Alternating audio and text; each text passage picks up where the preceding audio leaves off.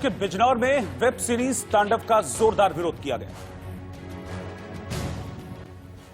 उत्तर प्रदेश के बिजनौर में हिंदू युवा वाहिनी ने अमेजॉन की वेब सीरीज तांडव के खिलाफ प्रदर्शन किया। हिंदू युवा वाहिनी ने वेब सीरीज पर बैन लगाने की मांग करते हुए निर्देशक और कलाकारों का पुतला फूंका।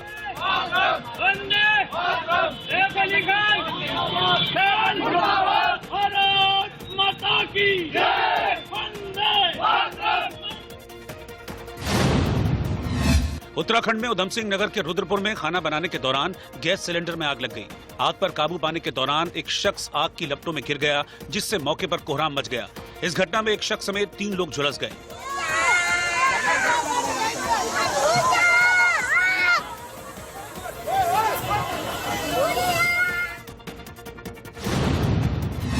उत्तर प्रदेश के वाराणसी में महात्मा गांधी काशी विद्यापीठ के छात्रों ने धरना प्रदर्शन किया। छात्रों ने छात्रावास से पीएससी को हटाने और उसकी जगह छात्रों को छात्रावास में जगह देने की मांग की है।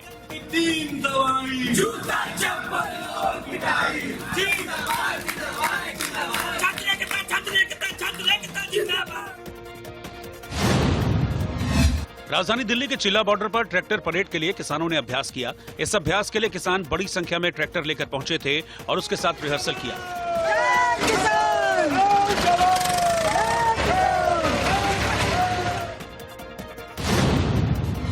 महाराष्ट्र में रत्नागिरी जिले में एक सुअर कुएं में गिर गया। इसके बाद सुअर को निकालने के लिए अभियान चलाया गया। कुएं में एक जाल डाला गया, जिसमें सुअर चढ़ गया और उसे सुरक्षित बाहर निकाल लिया गया।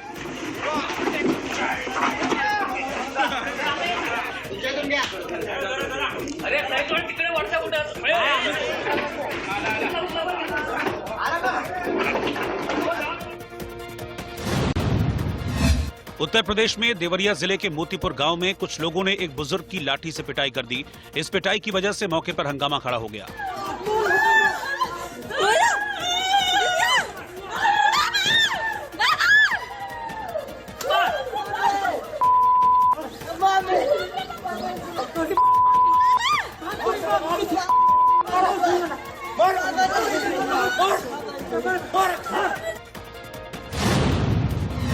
ऑस्ट्रेलिया के खिलाफ टेस्ट सीरीज जीतकर लौटी टीम इंडिया के कार्यवाहक कप्तान अजिंक्य रहाणे का उनके घर मुलुंड में शानदार स्वागत किया गया।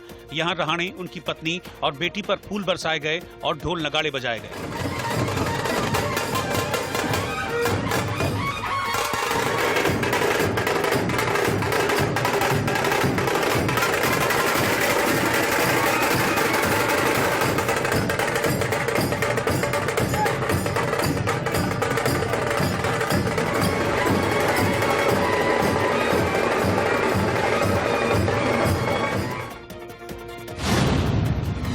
पाकिस्तान से सटे राजस्थान के जैसलमेर में बीएसएफ का ऑपरेशन सर्द हवा शुरू हो गया, जो 27 जनवरी तक चलेगा।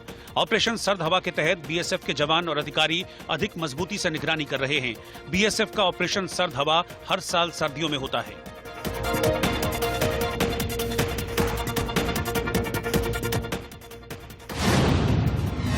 कश्मीर घाटी में भारी बर्फबारी के बाद चारों तरफ बर्फ ही बर्फ दिखाई दे रही है। मैदान, झाड़ियां और वादियां सभी बर्फ की सफेद चादर में लिपटी नजर आईं।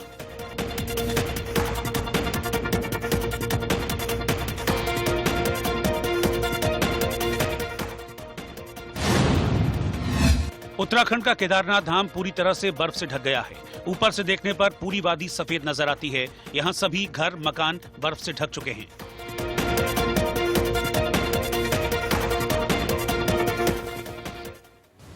जहां कोरोना की वैक्सीन बन रही है, यानी कि पुणे का सीरम इंस्टीट्यूट ऑफ इंडिया, वहां आज दोपहर अचानक से आग लग गई। हालांकि बुझाने के बाद जब सर्च ऑपरेशन चलाया गया तो 5 लोगों के शव जली हुई हालत में मिले। जानकारी के मुताबिक दिन में सीरम के टर्मिनस 1 की 4थी और 5वीं मंजिल पर भीषण आग लग गई थी। हालांकि दिन में आग पर काबू पाए जाने के बाद जब तलाशी ली गई तो वहां 5 शव पाए गए। इसके बाद आग पर काबू पाए जाने के दावे किए जाने लगे, लेकिन शाम करीब 7:15 बजे वहां फिर आग लग गई, जिस पर पानी की बौछार कर फायर ब्रिगेड के कर्मचारी इस आग को बुझाते नजर आए। इस बार मंजरी प्लांट में लगी आग इमारत के दूसरे हिस्से में लगी। हालांकि शाम को करीब 4:30 बजे सीरम के सीईओ आधार पूनावाला ने सोशल मीडिया पर कहा था कि आग से कुछ फ्लोर पूरी तरह बर्बाद हो गए हैं, लेकिन शुक्र है कि किसी की जान नहीं गई और न ही कोई गंभीर रूप से घायल हुआ। लेकिन पुणे के मेयर मुरलीधर मोहोर ने बताया कि ऊपरी मंजिल पर 5 लोगों के शव मिले हैं, जबकि बिल्डिंग से 6 कर्मचारियों को सुरक्षित निकाला गया। जिसके बाद सीरम इंस्टीट्यूट के सीईओ अदार पूनावाला ने ट्वीट कर मृतकों के परिजनों के प्रति संवेदना जाहिर की। जानकारी के मुताबिक मारे गए लोग ठेके पर काम करने वाले मजदूर थे और वहां पर बिजली का काम करने गए थे। पूरी फायर कंट्रोल में आई तो आखिर में ये पता चला लास्ट फ्लोर पे वो पूरा फ्लोर जो जलकर राख हुआ था, उसमें 5 बॉडी हमारे फायर ब्रिगेड के जवानों को यहाँ पे मिली। उनको निकाला गया। ये जो लोग आज जिनकी मृत्यु हो गई है वो शायद अभी जो अनुमान लगाया गया है उसके हिसाब से वहाँ पे ये बिल्डिंग जो थी वो अंडर कंस्ट्रक्शन थी, तो शायद वो उस बिल्डिंग में काम करने वाले शायद वर्कर से, ऐसा अनुमान अभी लगाया जा रहा है। कॉज ऑफ फायर का तो अभी फाइनल हमारे सामने ये नहीं आया, लेकिन ऐसा उसमें भी लगाया जा रहा है अनुमान कि वहाँ पे जो बिल्डिंग का काम चल रहा था, वहाँ पे जो वेल्डिंग का काम चल रहा था, इलेक्ट्रिक का काम चल रहा था, शायद उसी वजह से वहाँ पे आग लगी है। इससे पहले सीरम इंस्टीट्यूट के सीईओ अदार पूनावाला ने सरकार और लोगों को भरोसा दिलाया कि कोरोना की वैक्सीन कोविशील्ड के प्रोडक्शन को इस हादसे में कोई भी नुकसान नहीं हुआ।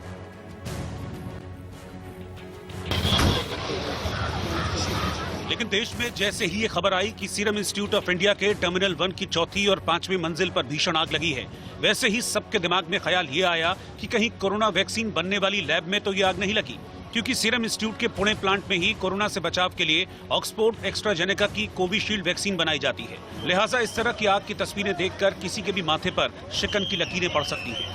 हालांकि मौके पर फायर ब्रिगेड की 10 गाड़ियां फटाफट पहुंची और बिल्डिंग से कई कर्मचारियों को सुरक्षित निकाला गया। साथ ही आग को बुझाने की कोशिश की जाने लगी। इन्फॉर्मेशन आई कि वहाँ पर आग लगी है 4थे 5वें फ्लोर पे, जो मांजरी का एक्सपोर्ट उनका जो प्लांट है वहाँ पर बेसिकली प्रोजेक्ट का काम होता था, मतलब प्रोडक्शन नहीं होता था। उसकी तैयारी चल रही थी कि वहाँ पर बाद में प्रोडक्शन होगा और तुरंत फायर ब्रिगेड और पुलिस आई और अभी आग बुझाने का काम चालू है। अभी तक लोग जो हम लोगों ने हिसाब किया उसके हिसाब से सारे लोग निकल गए हैं, लेकिन सेकंड चेकिंग चालू है और सब लोगों का हिसाब लिया जा रहा है कि कोई उसमें अड़का हुआ तो नहीं है। 1 घंटे में आग बुझ जाएगी। एक बार आग बुझाने के बाद सारे लोग ठीक से निकल गए, इसके हिसाब लेने के बाद पुलिस अपना तपास करेगी और जो भी एंगल है सारे एंगल से हम इन्व्हेस्टिगेशन करेंगे। मुख्यमंत्र्यांनी तुमच्याकडून माहिती घेतल्याचं कळतंय, काय तुम्ही माहिती दिलेली आहे मुख्यमंत्र्यांना? सर, आग आटोक्यात आहे असं आपण म्हणू शकतो की पसरतो?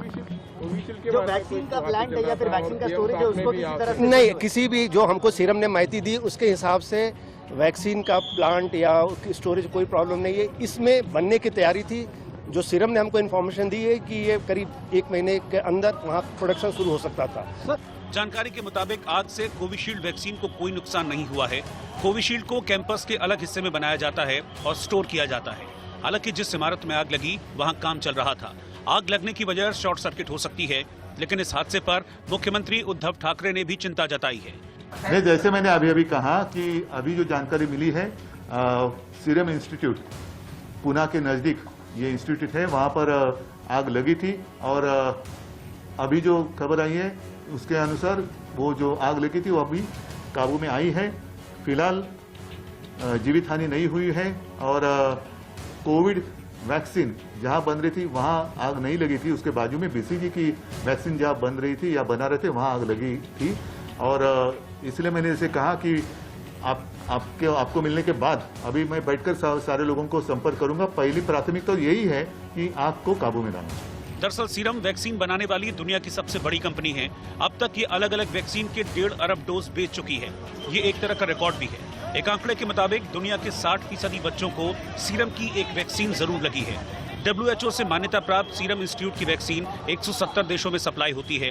ये कंपनी पोलियो वैक्सीन के साथ साथ डिप्थीरिया, टिटनेस, फोर्टियोसिस, HIV, BCG, आर हेपेटाइटिस बी, खसरा, मप्स और रुबेला के टीके भी बनाती है। लिहाजा कोरोना के खिलाफ मुहिम के दौरान वहां आग लगना चिंता की बात है। कृषि कानून के खिलाफ धरने पर बैठे किसानों ने सरकार का वो प्रस्ताव भी खारिज कर दिया जिसमें 1.5 साल तक कृषि कानूनों को होल्ड करने की बात कही गई थी। हालांकि किसानों की कल सरकार के साथ फिर से बैठक होनी है जिसमें कुछ हल निकलने की संभावना है। उधर दिल्ली पुलिस और किसान संगठनों के बीच हुई दूसरे चरण की बातचीत भी बेनतीजा रही, क्योंकि किसान नेता अपने रुख पर कायम हैं कि 26 जनवरी को वो दिल्ली के बाहर रिंग रोड पर ट्रैक्टर रैली निकालेंगे। मीटिंग में ये फैसला लिया कि जो सरकार ने जो प्रस्ताव दिया था वो हमको मंजूर नहीं है हमको है कि 3 बिल वापसी हो, एमएसपी पे कानून बने। आज भी मीटिंग थी और कल भी मीटिंग होगी। क्या मतलब आपकी तरफ से क्या डिसीजन जा रहा है कि आप हमारा ये है कि हमको रिंग रोड आप दे दो, हम रिंग रोड पे को अपनी परेड करेंगे, अपने घर वापसी चले जाएंगे। ये हमारा पूर्ण रूप से सवाल है।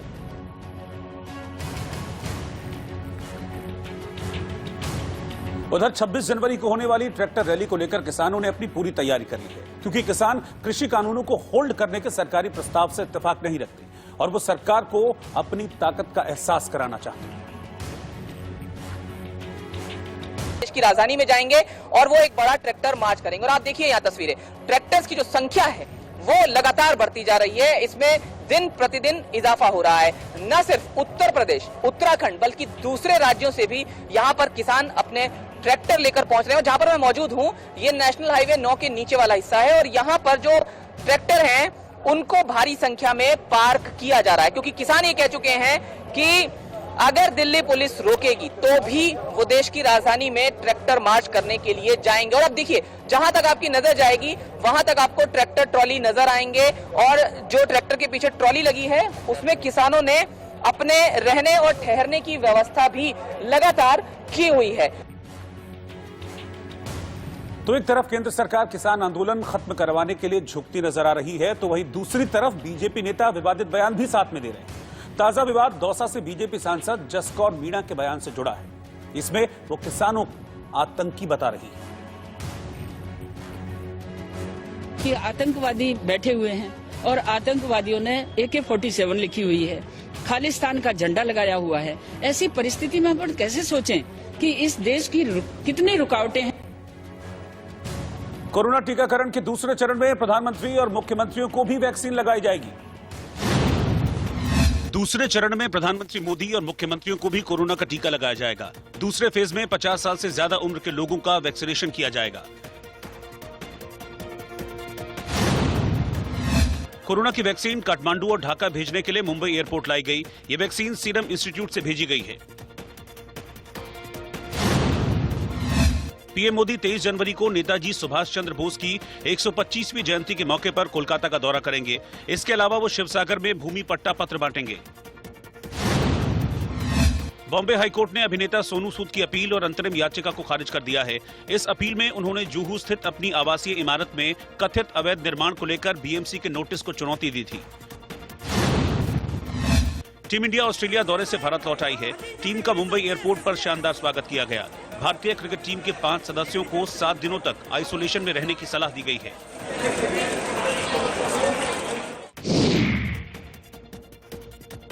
गुरुवार को अच्छी बढ़त को बाजार कायम नहीं रख पाया और गिरावट के साथ बंद हुआ। सेंसेक्स 167 अंक फिसलकर 49,624 पर बंद हुआ। वहीं निफ्टी 54 अंक नीचे 14,590 पर बंद हुआ। पटना में राबड़ी देवी के घर हो रही आरजेडी नेताओं की अहम बैठक के दौरान उनके आवास के बाहर मौजूद सुरक्षा कर्मियों और पुलिस के बीच जमकर तकरार। कहा जा रहा है कि पुलिस आवास के बाहर खड़े लोगों को हटा रही थी, जिस पर सुरक्षा कर्मियों ने एतराज जताया। सुनी के बाद नौबत हाथापाई तक पहुंच गई। हालांकि गनीमत रही कि कोई बड़ा बवाल नहीं हुआ।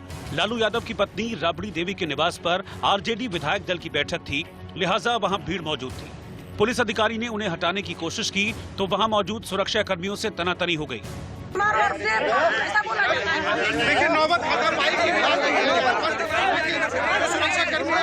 बताया जा रहा है कि इससे पहले महिला सुरक्षा कर्मी से पुलिस अधिकारी ने तीखे लहजे में बात की।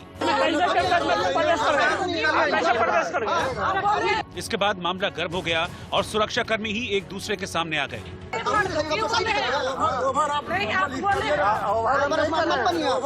अच्छी बात ये हुई कि कुछ लोगों ने बीच बचाव किया और पुलिस की टीम वहां से लौट गई। कुछ नहीं हुआ। उनको हटाया गया, उसमें ये लोग रिएक्ट कर रहे हैं, यही बात है। लेकिन जब तेज प्रताप यादव को इस झड़प का पता चला तो उन्होंने सीधा नीतीश सरकार पर हल्ला बोल दिया। देख लीजिए, सरकार पूरे तरीके से बौखलाया हुआ है। अब ये सरकार का यह स्थिति हो गया कि वीआईपी इलाके में सरकारी आवास में इस तरीके का काम किया जा रहा है। तो बहुत बहुत बहुत बहुत दुर्भाग्य की बात है। मतलब इस तरीके का मामला नहीं होना चाहिए। सरकारी आवास है, इम्पोर्टेंट बैठक चल रहा है, मीटिंग चल रहा है और उस दौरान इस तरीके का मामला हुआ है, ये मामला नहीं होना चाहिए, बहुत निंदनीय है। राजस्थान के जोधपुर में पहली बार राफेल ने अपनी ताकत का प्रदर्शन किया। दरअसल जोधपुर में भारत और फ्रांस की एयरफोर्स का साझा युद्धाभ्यास डेजर्ट नाइट चल रहा है, जिसमें सबसे पहले दोनों देशों के राफेल जेट ने उड़ान भरी और इसके बाद सुखोई मिराज भी आसमान में अटखेलियां करते नजर आए। राफेल पर टिकी थी क्योंकि ये पहला मौका था जब राफेल किसी युद्धाभ्यास में इस तरह शामिल हुआ। लिहाजा सुबह दोनों टीमें पूरी तैयारी के साथ जोधपुर एयरबेस पहुंची।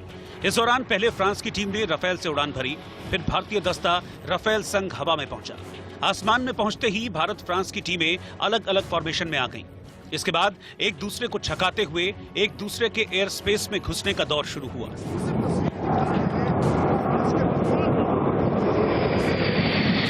दोनों टीमों में एक हमलावर और दूसरी डिफेंस की भूमिका में रही। हमलावर टीम को दूसरी टीम के सुरक्षा घेरे को भेदते हुए अंदर प्रवेश करके अटैक का अभ्यास करना था। लिहाजा इस दौरान दोनों टीमों ने हवा में एक दूसरे के विमान पर डमी मिसाइलें दागी। इस दौरान दोनों टीमों को इन मिसाइलों को नाकाम करते हुए आगे बढ़ना था।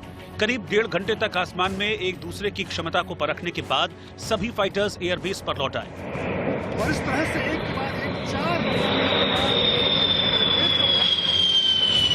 नीचे उतरते ही सभी पायलट्स वॉर रूम पहुंचे, जहां उनकी उड़ान का लेखा जोखा लेकर एक्सपर्ट्स मौजूद थे, जो दोनों देशों के विमान और पायलट्स की गतिविधियों पर बारीकी से नजर रखे हुए थे। डेजर्ट नाइट 21 नाम का ये युद्धाभ्यास 20 जनवरी से शुरू हुआ है, जो 24 जनवरी तक चलेगा। क्योंकि हमारे पास हाल ही में जो राफेल एयरक्राफ्ट इंडक्ट हुआ है, हमारे पायलट्स ने इस राफेल को, साथ में हमारे मिराज एयरक्राफ्ट, हमारे सुखोइस और फ्रांस की तरफ से उनके राफेल एयरक्राफ्ट जो हैं, इनमें जो हमने आपस में जो ट्रेनिंग करी है, इसमें हमने ये दर्शाया है कि किस तरह से हमारे भारतीय एयरफोर्स के जो पायलट हैं, कितनी जल्दी इन्होंने इस एयरक्राफ्ट पे अडैप्ट किया है। और हम लोग ने फ्रांस की एयरफोर्स को ये बता दिया कि हमारे पास जो भी एयरक्राफ्ट आया, हम लोग अपने ट्रेनिंग में इतने सक्षम हैं कि जल्दी से जल्दी हमारे पायलट्स किसी भी एयरक्राफ्ट को ऑपरेट करने में काबिल हो जाते हैं, और यही आज हमारे को देखने को मिला। चुनाव से पहले पश्चिम बंगाल की सियासत दिलचस्प मोड़ पर आ गई। ममता के करीबी माने जाने वाले और मुस्लिमों के बीच असर रखने वाले फुरफुरा शरीफ दरगाह के पीरजादा अब्बास सिद्दीकी ने अपनी नई पार्टी बना ली। अब्बास सिद्दीकी ने अपनी नई पार्टी को इंडियन सेक्युलर फ्रंट नाम दिया है और इंडियन सेक्युलर फ्रंट पश्चिम बंगाल की सभी 294 विधानसभा सीटों पर चुनाव लड़ सकता है। लेकिन ममता बनर्जी के लिए अब्बास सिद्दीकी मुश्किल खड़ी कर सकते हैं, क्योंकि मुस्लिम वोट बैंक टीएमसी के साथ रहा है। लेकिन फुरफुरा शरीफ दरगाह की वजह से ममता बनर्जी के मुस्लिम वोट बैंक में सेंध लग सकती है। 38 साल के अब्बास सिद्दीकी कभी ममता के समर्थक थे, मगर बीते कुछ महीने से उन्होंने ममता बनर्जी के खिलाफ मोर्चा खोला हुआ है। बहुत दल, बहुत राजनीतिक प्लाटफर्म तैरी হয়েছে, চলছে। সবাই কম বেশি সেকুলার বা বিভিন্ন ধর্মনিরপেক্ষর নাম দিয়ে মানুষের কাছে আসে, কিন্তু আমরা দেখেছি সংবিধানের যে প্রথম যে কথা, প্রত্যেকটা নাগরিকের সমান যে অধিকার মর্যাদা, সেই বিষয়টা আস্তে আস্তে দেখা যাচ্ছে কোটি কত মানুষ ছাড়া বাকি সবাই বঞ্চিত হয়ে আছে। নির্দিষ্ট কোনো সিট এখন বলতে পারছি না, ধরে রাখেন 294টা। जानकार मानते हैं कि पीरजादा अब्बास सिद्दीकी पश्चिम बंगाल के मौजूदा चुनाव में बड़ा उलटफेर कर सकते हैं। 31% वोट शेयर के साथ मुस्लिम वोटर पश्चिम बंगाल के चुनाव में निर्णायक भूमिका निभाते रहे। 2011 के चुनाव में ममता बनर्जी की धमाकेदार जीत के पीछे मुस्लिम मतदाताओं का समर्थन अहम रहा था। फुरफुरा शरीफ दरगाह के चुनाव में उतरने से ममता के इस मजबूत वोट बैंक में सेंध लगने की पूरी संभावना है। बंगाल के हुगली जिले में मौजूद फुरफुरा शरीफ दरगाह की दक्षिण बंगाल में खासी अहमियत है, खासा दखल है और मोटे तौर पर मुस्लिम बहुल वाली बंगाल की करीब 100 सीटों पर फुरफुरा शरीफ दरगाह का बड़ा असर माना जाता है। बड़ी बात यह भी है कि हाल ही में पीरजादा अब्बास सिद्दीकी ने AIMIM चीफ असदुद्दीन ओवैसी से मुलाकात की। मुलाकात के बाद ओवैसी ने कहा था कि वो बंगाल में अब्बास सिद्दीकी के नेतृत्व में चुनाव लड़ेंगे। उधर पश्चिम बंगाल के चुनावी माहौल में सियासी टकराव तेज होता जा रहा है। हुगली में बीजेपी की रैली में आपत्तिजनक नारे लगाने के आरोप में बीजेपी युवा मोर्चा के 3 नेताओं को गिरफ्तार कर लिया गया। बुधवार को हुगली के चंदन नगर में बीजेपी नेता शुवेंदु अधिकारी की रैली थी। इस दौरान बीजेपी कार्यकर्ताओं ने देश के गद्दारों को गोली मारो के नारे लगाए। इसका वीडियो सोशल मीडिया पर वायरल हुआ, जिसके बाद पुलिस ने एफआईआर दर्ज की, केस रजिस्टर किया। हुगली में शुवेंदु अधिकारी और लॉकेट चैटर्जी की अगुवाई में ये रैली निकाली गई थी। इसमें हजारों की संख्या में कार्यकर्ता शामिल हुए थे, लेकिन ऐसी नारेबाजी के बाद अब माहौल गर्मा गया है।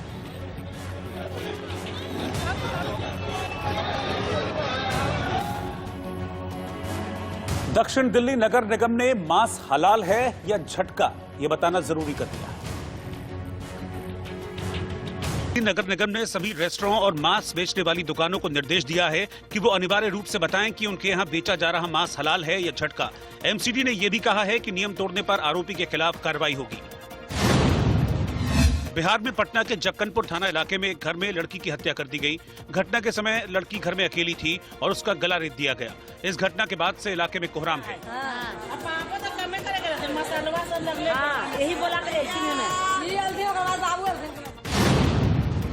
चेन्नई में निगम के सफाई कर्मियों ने निगम में दोबारा नौकरी की मांग करते हुए प्रदर्शन किया।